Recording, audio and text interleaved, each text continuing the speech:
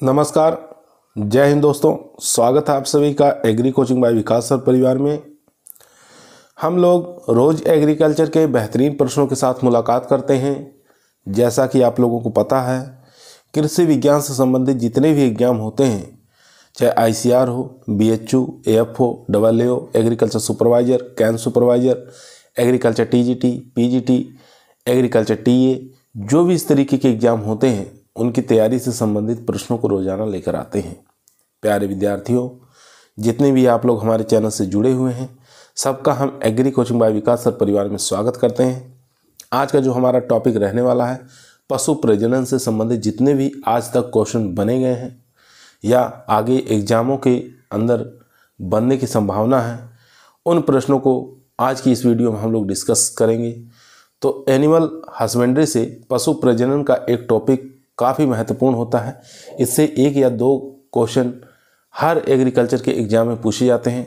तो दोस्तों, इस वीडियो को शुरू से लेकर लास्ट तक जरूर देखिएगा। तो फर्स्ट क्वेश्चन आपकी स्क्रीन पर आ चुका है। क्वेश्चन कह रहा है, गाय में मुख्य रूप से बांझपन किस विटामिन की कमी से होता है। तो गाय में मुख्य रूप से बांझपन किस विटामिन की कमी से होता है, ये आपको बताना है। विटामिन के, विटामिन डी, विटामिन ई और विटामिन ए।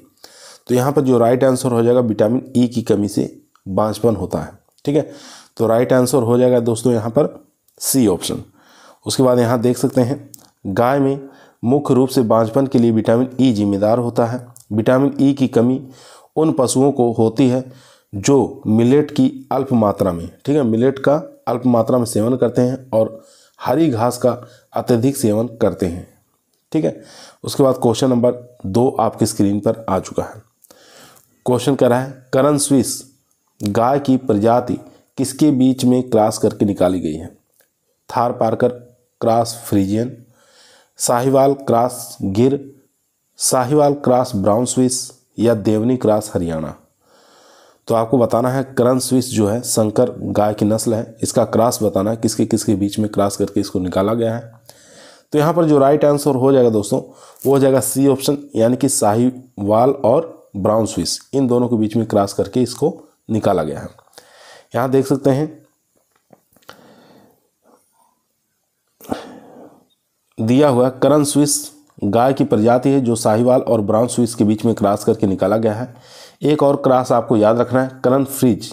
ठीक है, अगर करन फ्रिज पूछे तो उसका भी क्रॉस आपको याद रखना है, थार पारकर और होल्स्टीन फ्रीजियन। ठीक है, करन फ्रिज का पूछे तो थार पारकर और होल्स्टीन फ्रीजियन के बीच में क्रॉस करके निकाला गया है। क्वेश्चन नंबर देखेंगे 3 नंबर क्वेश्चन आपकी स्क्रीन पर आ चुका है दोस्तों। ध्यानपूर्वक पढ़ेंगे, आंसर देंगे। क्वेश्चन कह रहा है, गाय का गर्भकाल होता है 283 से 285 दिन, 292 दिन, 272 दिन, 277 दिन। तो यहाँ पर जो राइट आंसर हो जाएगा वो हो जाएगा 283 से लेकर 285 दिन। ए ऑप्शन यहाँ पर राइट आंसर हो जाएगा दोस्तों।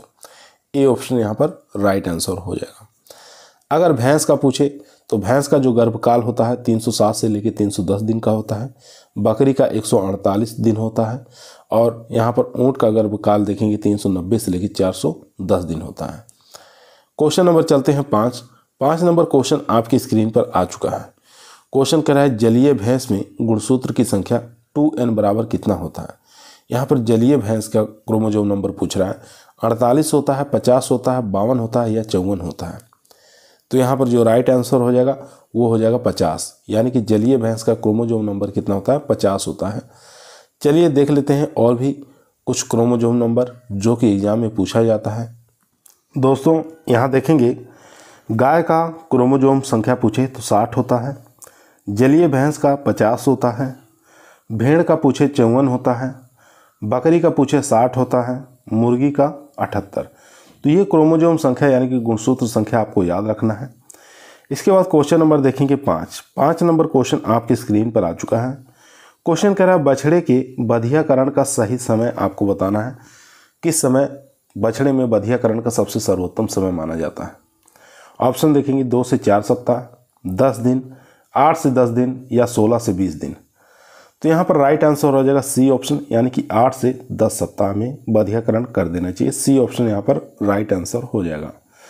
अगर पूछे पशुओं में सींग रोधन का उचित समय, तो पशुओं में सींग रोधन का उचित जो समय है 7 से लेके 15 दिन होता है। ठीक है, याद रखेंगे, ये भी एग्जाम के लिए काफ़ी मोस्ट और इम्पोर्टेंट क्वेश्चन है। उसके बाद क्वेश्चन नंबर 6 आपकी स्क्रीन पर आ चुका है। क्वेश्चन कह रहा है गाय में भ्रूण का निष्कासन कहलाता है, कल्विंग कहलाते हैं या फेरोइंग कहते हैं, किडिंग कहते हैं, या इनमें से कोई नहीं। तो यहाँ पर जो राइट आंसर हो जाएगा, तो इसका राइट आंसर हो जाएगा दोस्तों ए ऑप्शन, कल्विंग कहते हैं। ठीक है, गाय में भ्रूण का निष्कासन कल्विंग कहलाता है, ए ऑप्शन यहाँ पर राइट आंसर हो जाएगा। इसके बाद देखेंगे यहाँ पर एक तरफ पशु दिया हुआ है, दूसरी तरफ भ्रूण का निष्कासन। ठीक है, किस नाम से जानते हैं? गाय में कल्विंग के नाम से जानते हैं, भैंस में कल्विंग के नाम से जानते हैं, बकरी में किडिंग के नाम से जानते हैं, भेड़ में लैम्बिंग के नाम से जानते हैं, सुअर में फेरोइंग के नाम से जानते हैं, और मुर्गी में हैचिंग के नाम से जाना जाता है। तो ये सब आपको याद होना चाहिए, एग्जाम में काफ़ी बार पूछा जाता है।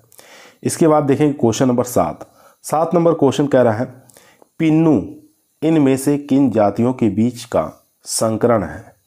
पिन्नू के बारे में बताना, किसके किसके बीच में क्रॉस करके पिन्नू को निकाला गया है। गधा और घोड़ी, याक और गाय, गाय और जेबरा, गाय और भैंसा। तो यहाँ पर जो राइट आंसर हो जाएगा वो हो जाएगा बी ऑप्शन, यानी कि याक और गाय। बी ऑप्शन यहाँ पर राइट आंसर हो जाएगा दोस्तों, बी ऑप्शन यहाँ पर राइट आंसर हो जाएगा। चलते हैं नेक्स्ट क्वेश्चन पर। दोस्तों यहाँ देखेंगे याक और गाय के बीच में क्रॉस करके जो निकाला गया है पिन्नू, याद रखेंगे अभी जो क्वेश्चन पूछा गया था गधा क्रॉस घोड़ी।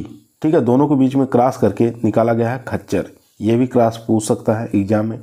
उसके बाद यहाँ देखेंगे हिसार डेल भेड़ पूछता है, बहुत बार एग्जाम में पूछा गया है हिसार डेल भेड़ का क्रॉस किसके किसके बीच में है? तो मेरिनो मेंढा और बीकानेरी भेड़, इन दोनों के बीच में क्रॉस करके हिसार डेल नामक भेड़ निकाली गई। घोड़ा और जेब्रा मादा, इन दोनों को क्रॉस करके जेब्रॉइड निकाला गया। ठीक है, ये भी आपको याद रखना है, एग्जाम में पूछा जाता है। एक एग्जाम में पूछा जाता है कैटेलो, कैटेलो का क्रॉस पूछा जाता है। तो कैटेलो का क्रॉस आपको याद होना चाहिए अमेरिकन भैंसा और अमेरिकन गाय, इन दोनों के बीच में क्रॉस करके कैटेलो को निकाला गया है। क्वेश्चन नंबर देखेंगे 8। दोस्तों यदि आप लोगों को वीडियो पसंद आ रही है तो लाइक करें, दोस्तों में शेयर करें, चैनल पे नए हैं तो सब्सक्राइब करना ना भूलिए।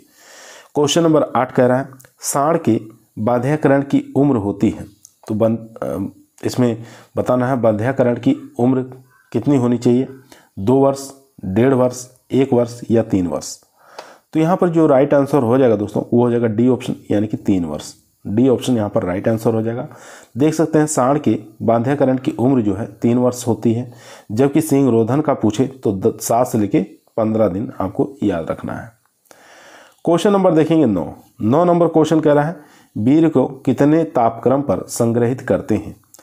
5 डिग्री सेंटीग्रेड से लेके -69 डिग्री सेंटीग्रेड, या 10 डिग्री सेंटीग्रेड से लेकर -59 डिग्री सेंटीग्रेड, या 10 डिग्री सेंटीग्रेड से लेकर -59 डिग्री, या 10 डिग्री सेंटीग्रेड से लेकर -69। तो यहाँ पर राइट आंसर हो जाएगा 5 डिग्री सेंटीग्रेड से लेकर -69 डिग्री सेंटीग्रेड तापमान पर वीर्य को संग्रहित करते हैं। तो ए ऑप्शन यहाँ पर राइट आंसर हो जाएगा दोस्तों, ए ऑप्शन यहाँ पर राइट आंसर हो जाएगा। क्वेश्चन नंबर 10 आपकी स्क्रीन पर आ चुका है। क्वेश्चन कर रहा है गाय भैंस का औसत तापक्रम क्या होता है? 98.4 degree Fahrenheit, 100 degree Fahrenheit, 101 degree Fahrenheit या 103 डिग्री फ़ारेनहाइट। काफ़ी अच्छा क्वेश्चन है और आसान क्वेश्चन है। तो इसका राइट आंसर हो जाएगा 101 डिग्री फ़ारेनहाइट, सी ऑप्शन यहाँ पर राइट आंसर हो जाएगा। अगर पूछे भेड़ का औसत तापक्रम, तो भेड़ का औसत तापमान आपको याद होना चाहिए 98.5 डिग्री फ़ारेनहाइट। ठीक है, ये भी एग्जाम में पूछा गया है। चलते हैं question number 11 number question screen पर आ चुका है। क्वेश्चन कह रहा है भैंस में औसत गर्भधारण काल कितने दिनों का होता है?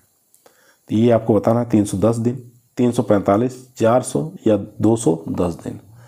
तो यहाँ पर राइट आंसर हो जाएगा 307 से लेकर 310 दिन का होता है। तो ए ऑप्शन यहाँ पर राइट आंसर हो जाएगा दोस्तों, ए ऑप्शन राइट आंसर। चलते हैं क्वेश्चन नंबर 12 पर।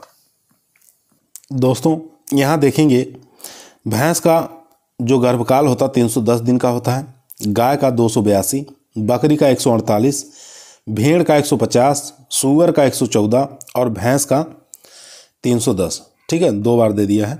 तो भैंस का आपको याद रखना 307 से लेकर 310 दिन होता है। क्वेश्चन नंबर 12 आपकी स्क्रीन पर आ चुका है। काफ़ी अच्छा इंपॉर्टेंट क्वेश्चन है, एग्रीकल्चर टीए के एग्जाम में काफ़ी मोस्ट है। नए पैदा हुए बछड़े को खीस कितने दिनों तक पिलानी चाहिए? ठीक है, अगर नया कोई बछड़ा पैदा हुआ है तो उसको कितने दिनों तक खीस पिलानी चाहिए? 1/2 दिन, 10 दिन, 4 दिन या 1 दिन। तो यहाँ पर राइट आंसर हो जाएगा 10 दिनों तक खीस पिलानी चाहिए। बी ऑप्शन यहाँ पर राइट आंसर हो जाएगा दोस्तों। बी ऑप्शन यहाँ पर राइट आंसर हो जाएगा, 10 से 12 दिन तक खीस को पिलाना चाहिए। क्वेश्चन नंबर देखेंगे 13, भेड़ कितने वर्ष तक प्रजनन योग्य रहती है? 10 वर्ष, 7 वर्ष, 5 वर्ष, 12 वर्ष। तो भेड़ को बताना कितने वर्ष तक प्रजनन योग्य रह सकती है, तो बी ऑप्शन राइट आंसर हो जाएगा 7 वर्ष। बी ऑप्शन यहाँ पर राइट आंसर हो जाएगा। यहाँ देख सकते हैं भेड़ का जो औसत जीवन काल अगर पूछे तो कितने वर्ष का होता है? 10 से लेकर 12 वर्ष तक होता है, लेकिन प्रजनन योग्य जो है वो 7 वर्ष तक ही रहती है, याद रखेंगे। क्वेश्चन नंबर देखेंगे 14 नंबर क्वेश्चन कह रहा है, एक सांड गर्भावस्था करने के लिए, एक सांड गर्भाधान करने के लिए कितने समय में तैयार होता है? 2 से 2.5 वर्ष, 3 से 3.5 वर्ष, 1.5 वर्ष, इनमें से कोई नहीं। तो यहाँ पर जो राइट आंसर हो जाएगा 3 से 4 वर्ष। ठीक है, तो जो यहाँ पर करेक्ट आंसर हो जाएगा बी ऑप्शन, यानी कि 3 से 3.5 या 3 से 4 वर्ष आपको याद रखना है। एग्जाम में पूछ सकता है, एक सांड गर्भाधान करने के लिए 3 से 4 वर्ष में तैयार हो जाता है, याद रखेंगे। उसके बाद क्वेश्चन नंबर देखेंगे 15 नंबर क्वेश्चन कह रहा है, गर्भवती गाय के दाने में किस पदार्थ की अधिकता होनी चाहिए? वसा की, प्रोटीन की, कार्बोहाइड्रेट या शुष्क पदार्थ। तो गर्भवती जो गाय है उसके जो दाने होते हैं उसमें किस पदार्थ की, पोषक तत्व की अधिकता होनी चाहिए? तो यहाँ पर राइट आंसर हो जाएगा बी ऑप्शन, यानी प्रोटीन की अधिकता होनी चाहिए। यहाँ देख सकते हैं गर्भवती गाय को आहार में प्रोटीन देने की अधिकता होती है, क्योंकि प्रोटीन भ्रूण में पल रहे बच्चे का विकास बेहतर करता है और गाय की ज़रूरतों को भी पूर्ण करता है।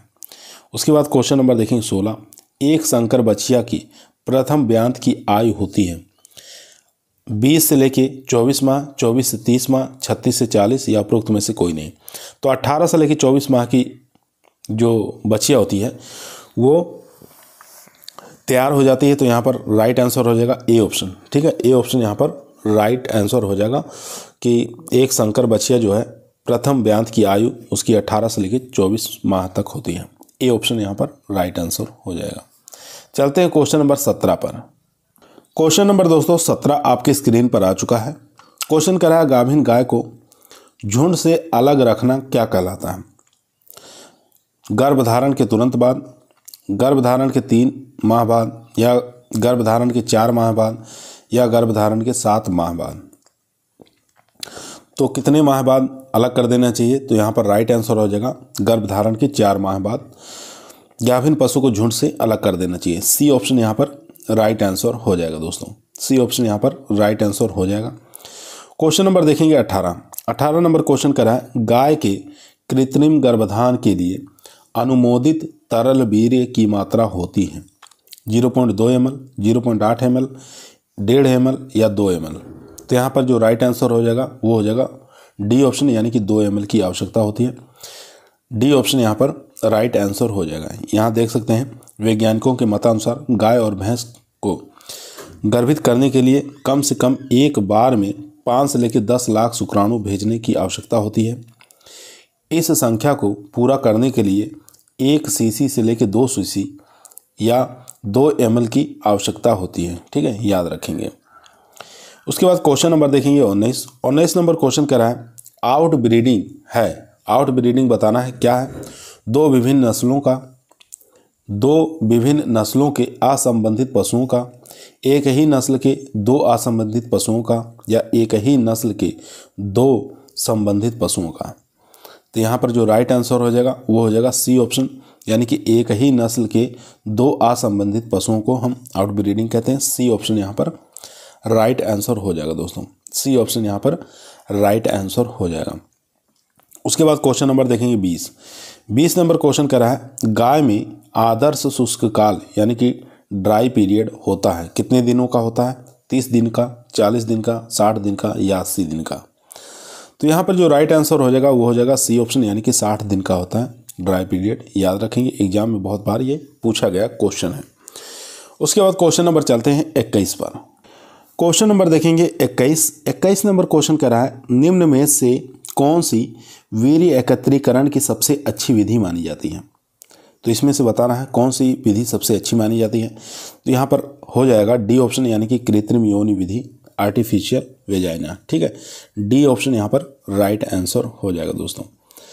उसके बाद देखेंगे क्वेश्चन नंबर 22 नंबर क्वेश्चन कह रहा है कृत्रिम गर्भाधान केंद्रों पर वीर्य निम्न में से किस टेम्परेचर पर भंडारित किया जाता है।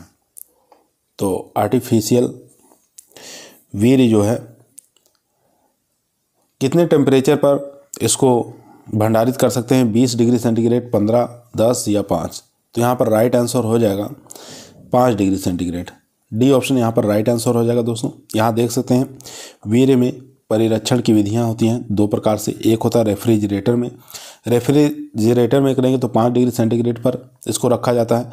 एक होता है तरल नाइट्रोजन में, तरल नाइट्रोजन में हेमीकृत करके इसको रखा जाता है, तो उसका टेम्परेचर होता है -196 डिग्री सेंटीग्रेड। ठीक है, तो ये नाइट्रोजन के अंदर रखा जाता है लिक्विड में। उसके बाद क्वेश्चन नंबर देखेंगे 23 नंबर क्वेश्चन कर रहा है सांड के वीर्य के प्रत्येक मिली में शुक्राणुओं का गाढ़ापन कितना होता है। तो शुक्राणुओं का गाढ़ापन यहाँ पर देख सकते हैं, इस प्रश्न का आयोग ने गलत आंसर दिया था। ठीक है, तो यहाँ पर होता है 8 लाख प्रति घन यम। ठीक है, यानी कि 0.8 मिलीलीटर।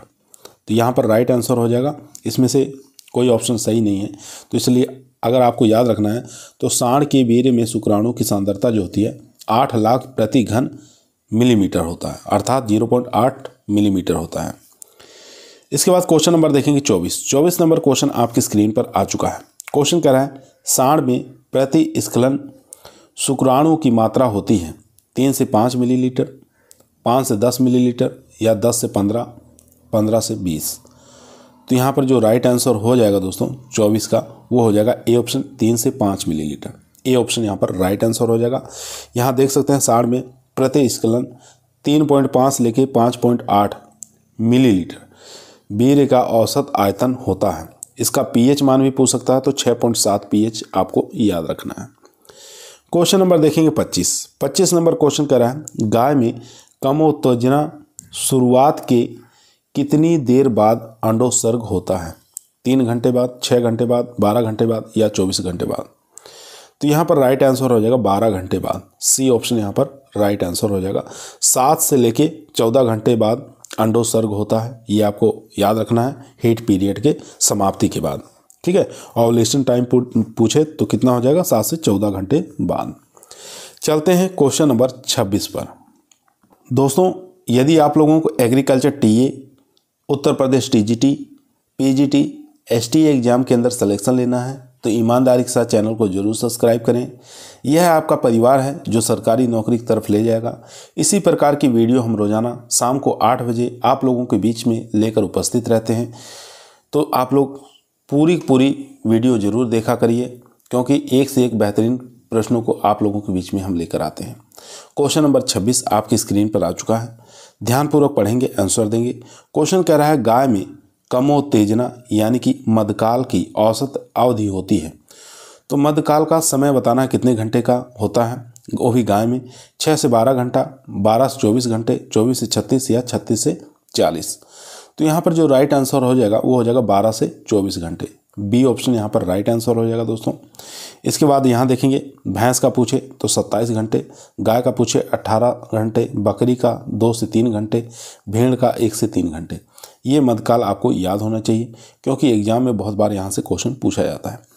उसके बाद क्वेश्चन नंबर देखेंगे 27 नंबर क्वेश्चन कह रहा है संकर नस्ल की बछिया की प्रथम ब्यात की आयु सामान्यता होती है 20 माह पर, 24 माह पर, 32 माह पर, 36 माह पर।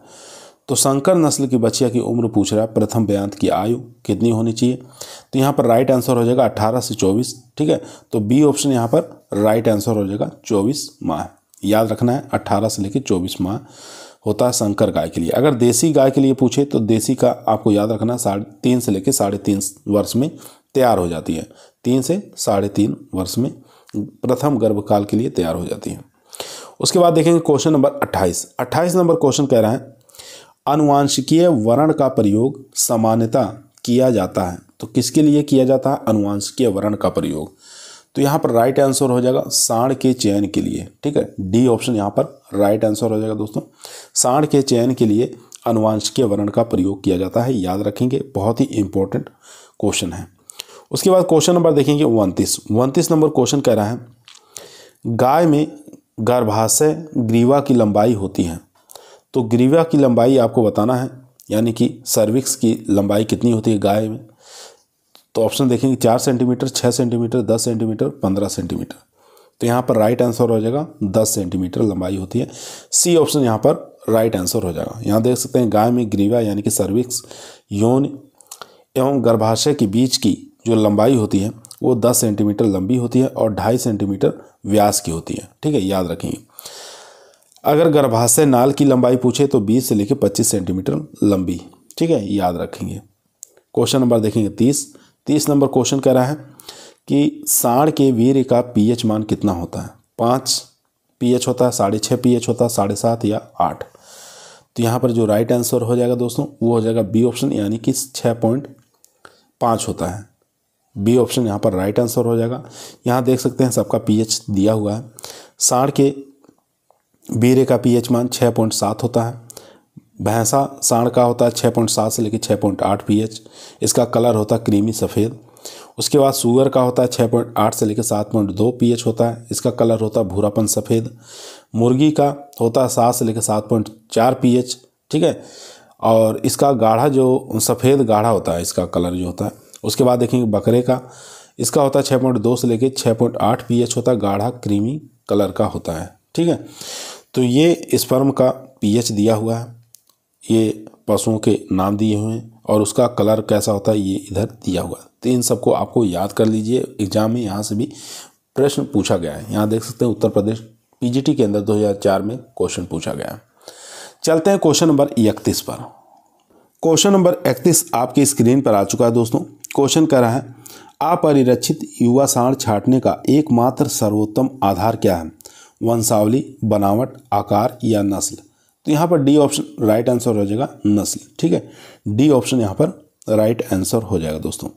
उसके बाद क्वेश्चन नंबर देखेंगे 32 नंबर क्वेश्चन कह रहा है, अभी खरीदी गई गाय अच्छी दुग्ध उत्पादन सिद्ध होगी यदि उसकी पतली त्वचा और कोणाकृति बनावट है, सुविकसित, मुलायम, अधिक क्षमता का आयन है, अधिक टेढ़ी मेढ़ी उभरी हुई दुग्ध सिराएं हैं, उपरोक्त सभी। तो ये सभी लक्षण अगर हैं तो अच्छी दुग्ध उत्पादन वाली गाय सिद्ध हो सकती है। डी ऑप्शन यहाँ पर राइट आंसर हो जाएगा दोस्तों।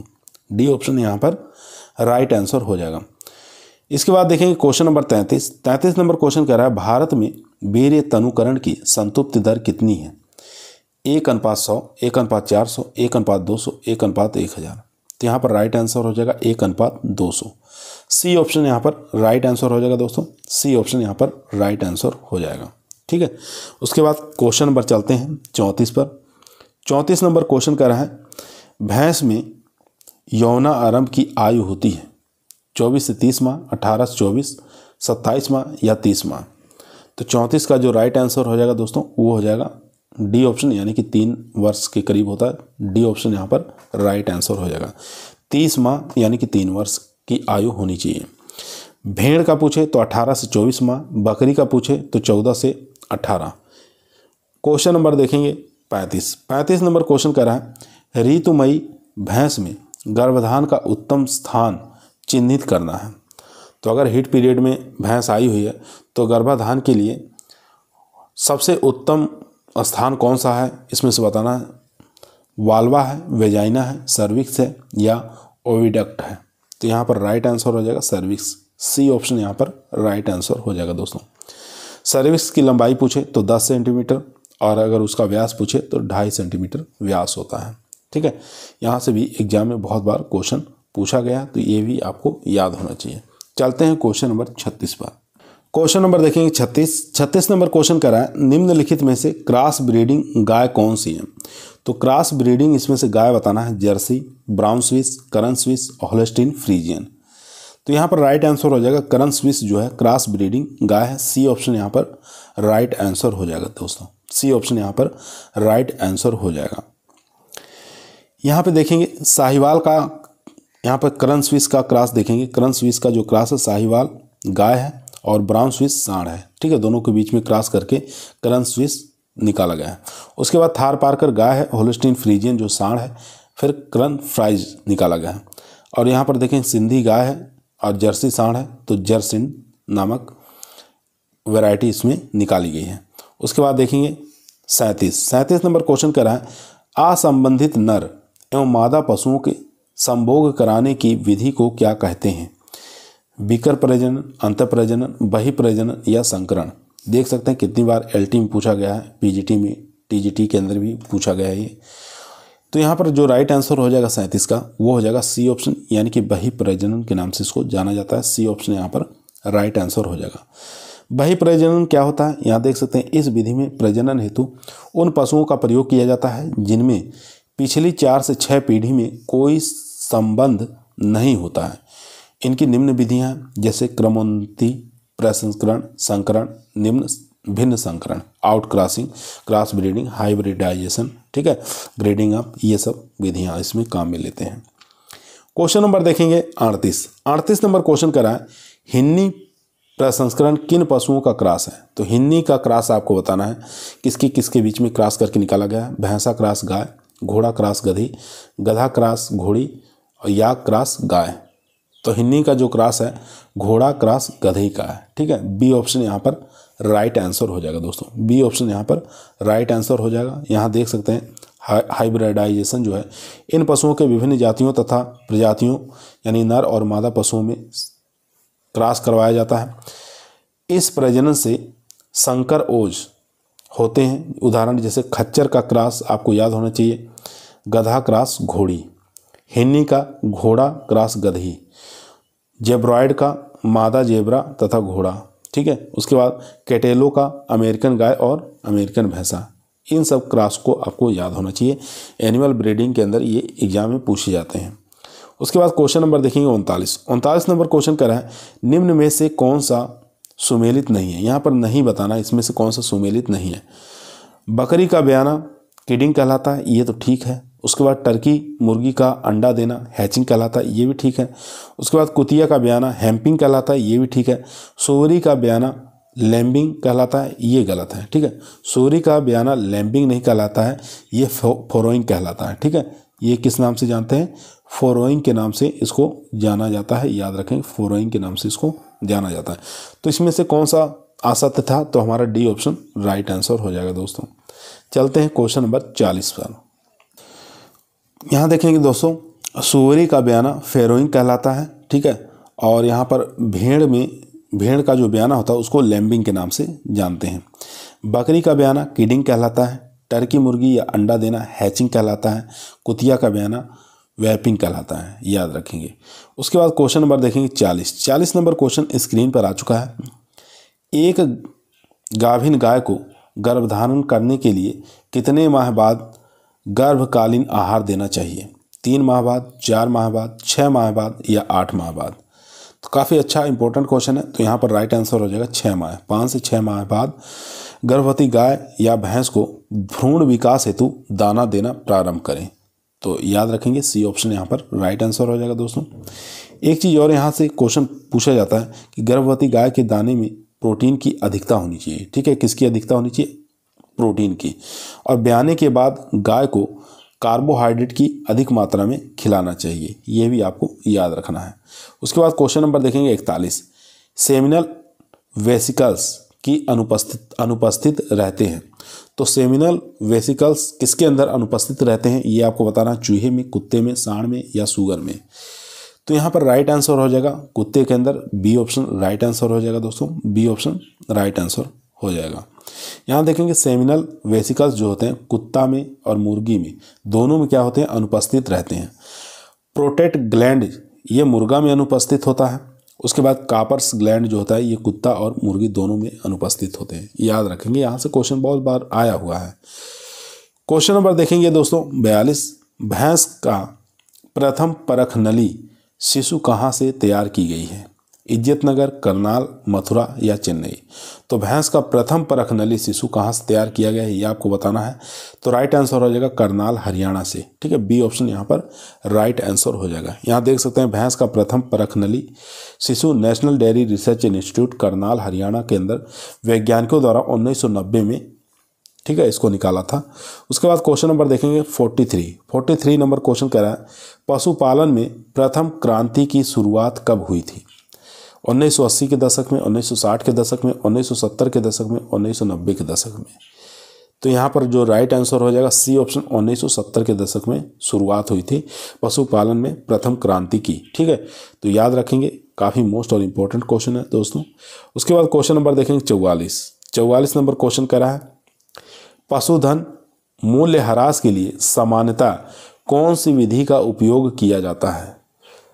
तो यहाँ पर राइट आंसर हो जाएगा वार्षिक पुनर्मूल्यांकन। ठीक है, डी ऑप्शन यहाँ पर राइट आंसर हो जाएगा दोस्तों, वार्षिक पुनर्मूल्यांकन, डी ऑप्शन राइट। चलते हैं क्वेश्चन नंबर 45 पर।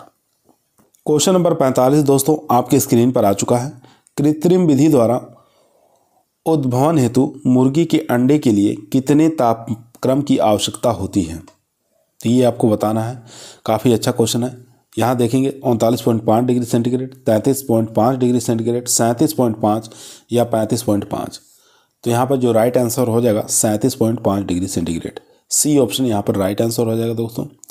यहाँ देख सकते हैं कृत्रिम विधि द्वारा उद्भवन हेतु मुर्गी के अंडे के लिए 37.5 डिग्री सेंटीग्रेड तापमान की आवश्यकता होती है। दूसरा पॉइंट आपको याद रखना है, मुर्गियों में अंडे से चूजे निकालने में 21 दिन का समय लगता है। ठीक है, कितने दिन का? 21 दिन का समय लगता है। अंडे होने के कृत्रिम विधि से 3000 तक अंडे एक साथ सेने का काम कर सकते हैं कृत्रिम विधि से। ठीक है, और बाकी देसी मुर्गियां जो होती हैं ये अंडा उत्पादन कितना करती हैं? तो ये 60 अंडे प्रतिवर्ष उत्पादन करती हैं। ठीक है, अगर हम बात करें विदेशी नस्ल की जो मुर्गियां होती हैं वो 260 अंडे प्रतिवर्ष उत्पादन करती हैं। ये भी आपको याद रखना है। देसी मुर्गियां 60 और विदेशी मुर्गियां 260। और इनक्यूबेटर जो मशीन होती है इसको कृत्रिम विधि से अंडे सेने की क्रिया की जाती है। तो इसमें 3000 तक अंडे एक साथ अंडों से हम चूजे निकाल सकते हैं। चलते हैं question number 46 number question screen पर आ चुका है। क्वेश्चन कह रहा है बूल सोटर्स रोग का समानार्थक शब्द कौन सा है? तो इसका समानार्थक शब्द होता है एंथ्रेक्स। ठीक है, बी ऑप्शन यहाँ पर राइट आंसर हो जाएगा दोस्तों, बी ऑप्शन यहाँ पर राइट आंसर हो जाएगा। यहाँ देख सकते हैं वोल सोटर्स रोग एंथ्रेक्स का समानार्थक शब्द होता है। इसे एंथ्रेक्स, गिल्टी रोग, जहरी बुखार के नाम से भी जाना जाता है। यह जो रोग होता है बेसिलस एंथ्रेक्सिस नामक जीवाणु के कारण होता है। ठीक है, यह जो रोग होता है अधिकतर हमारे देश के अंदर भेड़ों में सर्वाधिक देखा गया है। इसके रोकथाम की बात करें तो इंजेक्शन लगता है। ठीक है, इंजेक्शन का नाम आपको याद रखना है एंटी एंथ्रेक्स। ठीक है, यह इंजेक्शन इसको लगाकर रोकथाम की जा सकती है।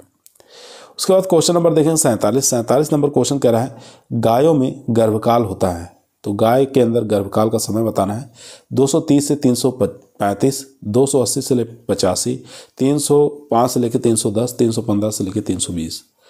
तो यहाँ पर राइट आंसर हो जाएगा 280 से लेके 285 दिन, बी ऑप्शन यहाँ पर राइट आंसर हो जाएगा दोस्तों। उसके बाद यहाँ देखें गाय का पूछे तो 282, भैंस का पूछे 310, बकरी का पूछे 148, भेड़ का पूछे 150, ऊँट का पूछे 390 से लेके 410। ठीक है, ये गर्भकाल आपको याद रखना है पशुओं में। उसके बाद चलते हैं क्वेश्चन नंबर 48 पर। क्वेश्चन नंबर दोस्तों 48 आपके स्क्रीन पर आ चुका है। क्वेश्चन कह रहा है हिमीकृत वीर्य को किस तापक्रम पर भंडारित किया जाता है? तो हिमीकृत वीर्य को किस टेम्परेचर पर इसको भंडारित कर सकते हैं? -169, -171, -196, -206। तो यहाँ पर सी ऑप्शन राइट आंसर हो जाएगा, -196 डिग्री सेंटीग्रेड तरल नाइट्रोजन पर इसको हम भंडारित कर सकते हैं। सी ऑप्शन यहाँ पर राइट आंसर हो जाएगा। यहाँ देख सकते हैं कृत्रिम योनि का टेम्परेचर पूछे तो 42 डिग्री सेंटीग्रेड होता है। ठीक है, पशुओं में एक होता है डैगलाना और क्षारीय रोग। पूछ सकता है किससे होता है, तो ये होता है सेलेनियम की अधिकता के कारण होता है। ठीक है, सेलेनियम की अधिकता के कारण डेगलाना और क्षारीय रोग उत्पन्न हो जाता है। उसके बाद क्वेश्चन नंबर देखेंगे 49 नंबर क्वेश्चन करा मुर्रा और सूरती जो भैंस की नस्ल है, इनका क्रॉस बताना है, किसके किसके बीच में क्रॉस करके इसको निकाला गया है। मुर्रा और सूरती इन दोनों को क्रॉस कराकर कौन सी जो है नस्ल उत्पन्न की गई, ये आपको बताना है। ठीक है, तो मुर्रा क्रॉस सूरती इन दोनों का क्रॉस बताना है, कौन सी नस्ल उत्पन्न की गई है। नीली रावी, जाफराबादी, महसाना, नागपुरी। तो यहाँ पर जो राइट आंसर हो जाएगा दोस्तों वो हो जाएगा सी ऑप्शन, यानी कि महसाना उत्पन्न हुई है। ठीक है, मुर्रा क्रॉस सूरती, ठीक है, दोनों के बीच में क्रॉस करके महसाना नस्ल निकाली गई है। इसके बाद यहाँ देख सकते हैं कुछ इंपॉर्टेंट पॉइंट है जिसको आपको याद रखना है, एग्जाम में बहुत बार पूछा जाता है। सूरती भैंस की जो नस्ल का सींग है वो कैसा होता है, हंसिया के आकार का होता है। भैंस की जो नीली रावी जो नस्ल है इसकी आंखें कैसी होती हैं, आंखें सफ़ेद रंग की होती हैं। ठीक है, सफ़ेद रंग की होती है। भैंस की जाफराबादी जो नस्ल है इसका आकार जो होता है सबसे भारी होने के कारण इसको हम छोटी हाथी के रूप में भी जानते हैं। उसके बाद भैंस की भदावरी जो नस्ल है इसके अंदर वसा की मात्रा सबसे अधिक देखा गया है, लगभग 15% मात्रा, 12 से लेकर 14 या 15 तक इसमें फैट की मात्रा पाई जाती है। सबसे ज़्यादा फैट की मात्रा भदावरी के अंदर देखने को मिलता है। क्वेश्चन नंबर 50 देखेंगे, आज के इस वीडियो का हमारा लास्ट क्वेश्चन रहेगा दोस्तों, ध्यानपूर्वक पढ़िए। कृत्रिम गर्भाधान मुख्यतः निम्न कारणों से सर्वमान्य नहीं है, तो कौन सा ऐसा कारण है जिसके कारण सर्वमान्य नहीं है। यहाँ देखेंगे ऑप्शन, चारों ही ऑप्शन स्क्रीन पर आ चुका है। गर्भाधान पर उच्च व्यय, ये तो ठीक है। उच्च गुणवत्ता वाले वीर्य की अनुपलब्धता, ये भी ठीक है। निम्न गर्भाधान दर, ये हमारा इनकरेक्ट आंसर हो जाएगा। बैलों की भार तथा खींचने की निम्न क्षमता, ये भी ठीक है। तो यहाँ पर जो हमारा राइट आंसर हो जाएगा वो हो जाएगा सी ऑप्शन। ठीक है, सी ऑप्शन यहाँ पर राइट आंसर हो जाएगा। यहाँ देख सकते हैं निम्न गर्भाधान दर के कारण कृत्रिम गर्भाधान सर्वमान्य नहीं हो पाता है। ये एग्जाम में काफ़ी बार एग्जाम में पूछा गया है। ठीक है, आज की वीडियो दोस्तों हमारी यहीं समाप्त हुई। आप लोगों को कैसी लगी कमेंट के अंदर बताइएगा। आज का जो हमारा टॉपिक था पशु प्रजनन से संबंधित जो क्वेश्चन आज तक बने हैं, एग्जाम में पूछे गए हैं या आगे पूछने की संभावना है, तो यहीं से पूछे जाएंगे। इसके अलावा आपको कहीं से पढ़ने की आवश्यकता नहीं है। ठीक है, और भी अगर कुछ क्वेश्चन छूटे हैं उसको हम आगे करवा देंगे। ठीक है, तो अगर आप लोग agriculture TA, STA, Uttar Pradesh TGT, PGT की तैयारी कर रहे हैं तो शाम को रोज़ाना आप लोग 8 बजे हमारे चैनल पर ज़रूर आइए। इसी प्रकार के क्वेश्चनों को हम रोज़ाना लेकर आते हैं। कल फिर मुलाकात करते हैं शाम को 8 बजे। तब तक सभी लोगों को धन्यवाद।